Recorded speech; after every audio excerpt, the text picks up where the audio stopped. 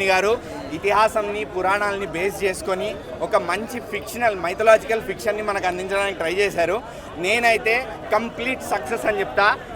ఒక visual treat, ఒక hearing treat, what not, నేను ఏం చెప్పలేకపోతున్నాను, అంత బాగుంది సినిమా అయితే మాత్రం.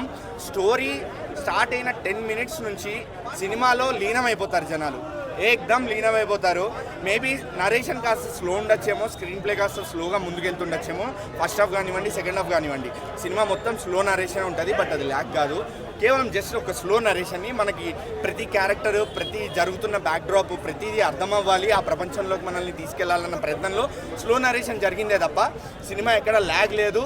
అలానే స్లోగా అసలు కాదు, అదొక నరేషన్ అంతే. అది సో ల్యాగ్ అని చెప్తే మాత్రం ఎవరు నమ్మకండి, అది ల్యాగ్ కాదు, జనాలకు చూడడం రాక అంతే, అదొక్కటే చెప్తాను నేనైతే. అండ్ హరిగౌర గారు వాట్ ఏ వండర్. ఎందుకు అంటే ఇలాంటి సినిమాలు చూస్తున్నప్పుడు, ఇలాంటి మైథలాజికల్ బేస్డ్ సినిమాస్ చూస్తున్నప్పుడు మనకి బ్యాక్గ్రౌండ్ మ్యూజిక్ అనేది చాలా ఇంపార్టెంట్. ఆయన బ్యాక్గ్రౌండ్ మ్యూజిక్ మాత్రం దంచి కొట్టారు. సినిమాలో జనాలు లీనమైపోవడానికి బ్యాక్గ్రౌండ్ మ్యూజిక్ చాలా ఇంపార్టెంట్ రోల్ ప్లే చేసింది. నెక్స్ట్ విజువల్స్ అన్న, ఏదో చిన్న ఆషామాషి సినిమా తీసేశారు, చూసి జనాలకి వదిలేశారు అన్నట్టు కాకుండా ప్రతి ఒక్క విజువల్ కూడా గేమ్ ఆఫ్ థ్రోన్స్లో మనం డ్రాగన్స్ని చూసాము, ఇందులో అలానే ఒక పక్షిని కనిపిస్తారు.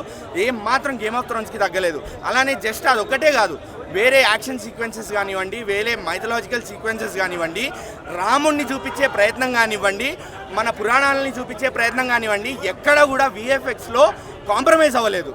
ఒక అవెంజర్స్ మనం చూసి ఎలా అయితే ఫీల్ అయ్యామో, అరే ఇది కదరా పోయి విఎఫ్ఎక్స్ అంటే, అలాంటి మిస్టికల్ ఎఫెక్ట్స్ ఒక డాక్టర్ స్ట్రేంజ్ వచ్చి మాయ చేస్తున్నట్టు ఉంటుంది మనకి ఇందులో విజువల్ ఎఫెక్ట్స్ చూస్తే మాత్రం అంత బాగున్నాయి. అండ్ తేజ సజ్జా ఏం చెప్పాలి, ఒక చిన్న బుడ్డోళ్ళలాగా చిన్నప్పటి నుంచి సినిమాలు చూస్తూ ఇప్పుడేమో పెద్ద star, pan India level movies, మొన్న సూపర్ హీరో, ఇప్పుడు సూపర్ యోధా, అసలు ఎక్కడా తగ్గట్లేదు. ఆయన పర్ఫార్మెన్స్ కూడా సినిమాకి కూడా ఇంప్రూవ్ అవుతూనే వస్తుంది. అండ్ మంచు మనోజ్ ఆయన స్క్రీన్ నేమ్కి తగ్గట్టు అండ్ సినిమాలో ఆయన పేరుకి తగ్గట్టు బ్లాక్ స్వాడ్, మహాబీర్ రామ ఆయన పేరుకి తగ్గట్టు, స్క్రీన్ నేమ్కి తగ్గట్టు రాకింగ్ పర్ఫార్మెన్స్.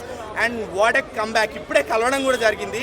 ఎంత హ్యూమిలిటీ ఉన్న మనిషి, డౌన్ టు అర్త్, వచ్చి ఫోటో దిగి ఒక వీడియో కూడా తీసుకున్నారు నాతో.